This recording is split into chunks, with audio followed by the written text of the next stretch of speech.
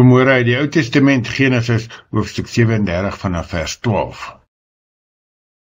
Nadat ons gelees het van Josef sy drome, die bekende gedeelte van Josef word 'n slaaf. Genesis 37 vanaf die 12de vers.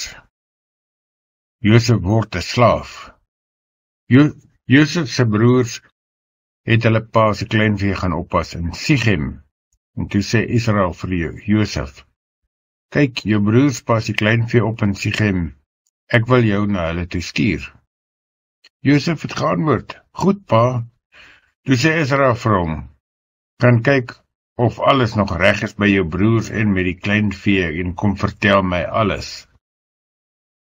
Israel het hom van die laagte by Hebron afgestuur na Sichem toe. Hy het daar in die veld rondgesoek, en toe kom hy by 'n man en die vra vir hom: "Wat soek jy?" Josef antwoord hom: "Ek soek my broers. Kan jy my dalk help? Sê waar hulle die kleinvee oppas."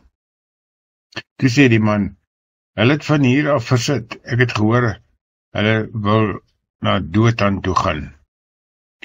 Josef is toe agter sy broers aan, en by Dothan het hy hulle gekry. Hulle het hom van ver af gesien, en voor hy by hulle gekom het, het hulle ooreengekom om hom dood te maak.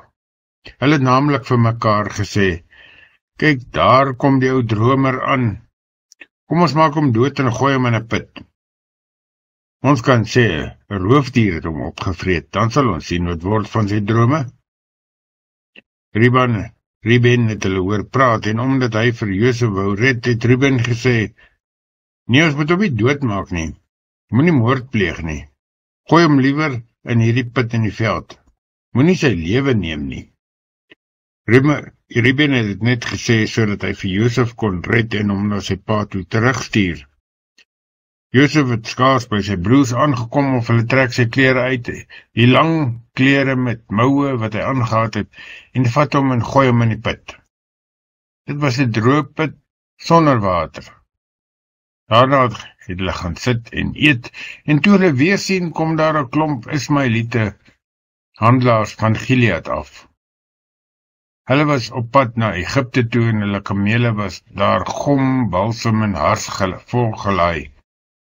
Toe sê Juda vir sy broers: "Watter nut het dit vir ons om ons broer dood te maak en dit dig te hou? Kom ons verkoop hom aan die Ismaeliete. Ons moet nie sy lewe neem nie. Hy is ons broer, hy is bloedfamilie." Juda se broers het na hom geluister, en toe daar van die Midianitiese handelaars verbykom, het die broers vir Josef uit die put uit opgetrek en vir 20 silwerstukke aan die Ismaeliete verkoop, en die het hom Egipte toe gevat. Toe Ruben terugkom by die put, was Josef nie daar nie. Ruben het sy klere geskeur en teruggegaan na sy broers toe en vir hulle gesê: "Die kind is weg, wat moet ek nou doen?"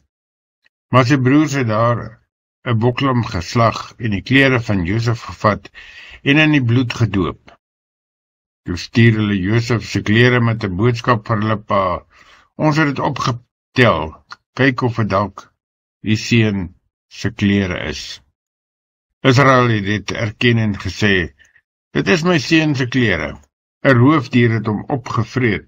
Josef is opgevreet." Jakob het sy klere geskeur en rouklere aangetrek. Hy het 'n lang tyd oor sy seun getreur. Al sy kinders het vir Jakob probeer troos, maar hy wou hom nie laat troos nie. Hy het gesê: "Ek sal bly treur oor my seun tot ek by hom in die dood is."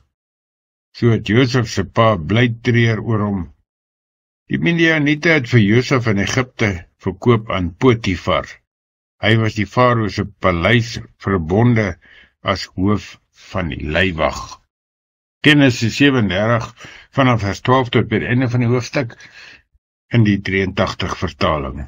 Die bekende gedeelte van Josef wat 'n slaaf word en verkoop word deur die Ismaeliete aan Potifar wat verbonde is aan die farao se paleis.